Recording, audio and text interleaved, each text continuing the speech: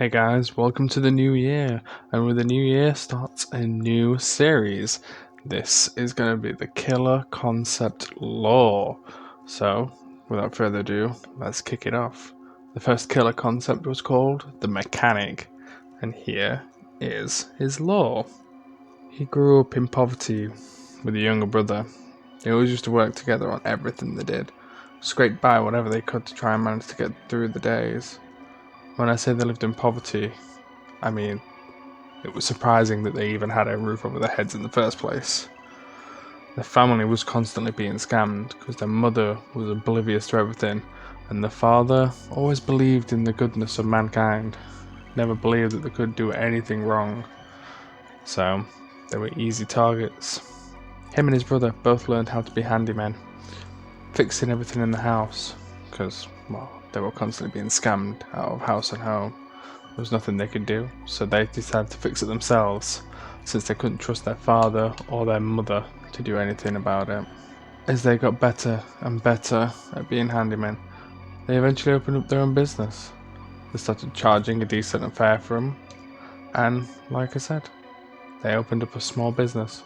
It wasn't huge by any chance, but it was enough to get them by, enough to make it so they could afford their own roofs over their heads. Unfortunately, their parents did grow ill, and both ended up dying.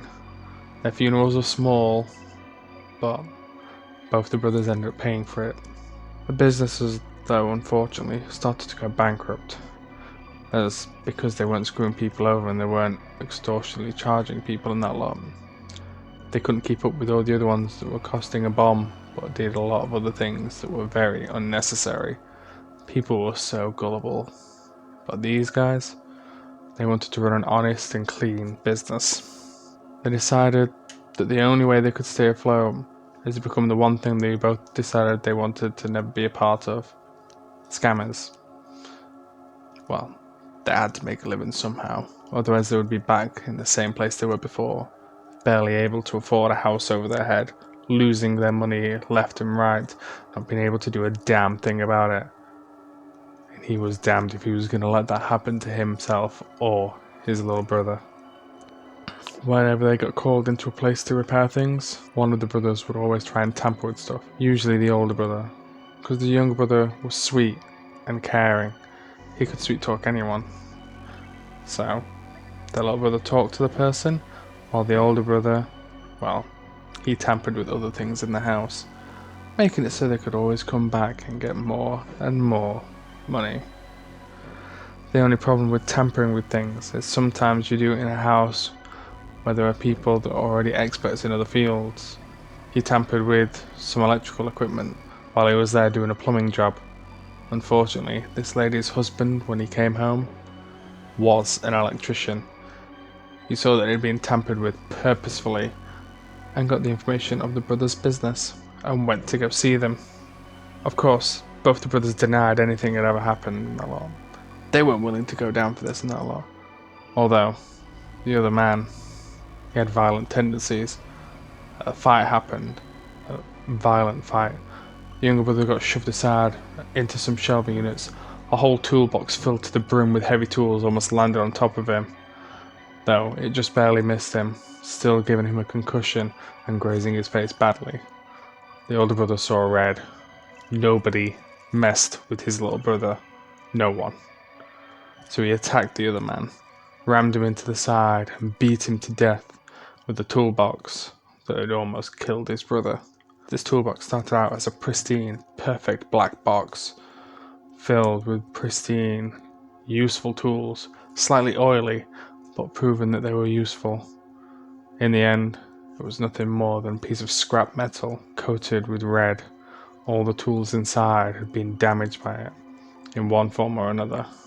Now he didn't have to fake damaging things as he repaired stuff. He'd do it on purpose, without intending to, with broken tools. His brother, however, was never the same. Though the toolbox landing on his head didn't kill him outright, it did cause brain damage. So now he was on his own. The entity had noticed that he'd killed someone, though. Most people would look at that in horror, but it thought it could have some fun with this person. So, It altered his mind and messed with him ever so slightly. Killing was fine, as long as it was for your brother, for your business, for the house that you lived in, the roof over your head, to make sure you never went back to that horrid way of living. Yes, this is fine, the older brother thought. This is the way it has to be. Over time, more and more people kept on finding things suspicious and investigating. After all, he was a one-man job now. He had to take care of his younger brother and couldn't bring him on these journeys anymore. He didn't have someone to distract the client while he tampered with things. He got reckless. More and more people noticed. But more and more people seemed to vanish too. Nobody could know his true secret.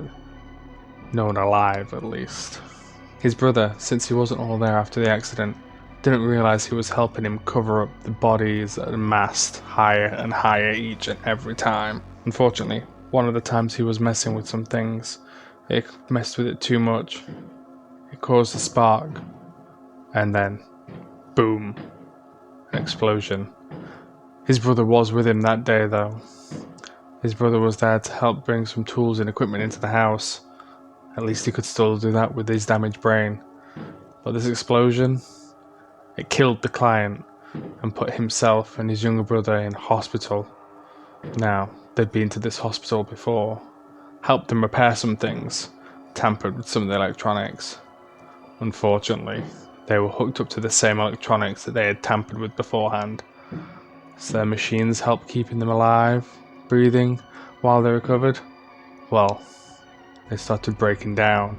Beeps and rings started calling out in the hospital room, over and over and over again, to deaf ears. The nurses couldn't hear anything that was going on. The electrical systems that they had damaged caused it so the notifications never went through. The older brother woke up and was seeing the light starting to fade from his eyes, seeing his brother convulsing on the side next to him, and prayed for anything or anyone to help them and save them. The next thing he knew, blackness surrounded him, but not pitch blackness. It was hazy and foggy. The entity had found its next victims. One was used to killing, one was used to helping. It had gained a new killer in the mechanic and a new survivor in his younger brother, not realizing who his older brother was anymore. And that, everyone, is where I will leave it. Thank you so much for listening to his lore. I can probably do some more if you guys want to know a little bit more, but that's the basis of his lore. These will be coming out every Tuesday, replacing the visual novel series, so I hope you guys are enjoying these, and I will be going through the killers one by one. Their killer will be coming out this Saturday, so keep an eye out for that. After all, a new killer concept is always more fun, especially when it's asked and requested for by you guys. So without further ado, the Cerberus is going to go fix up his house on New Year's Day, nevertheless. Ow!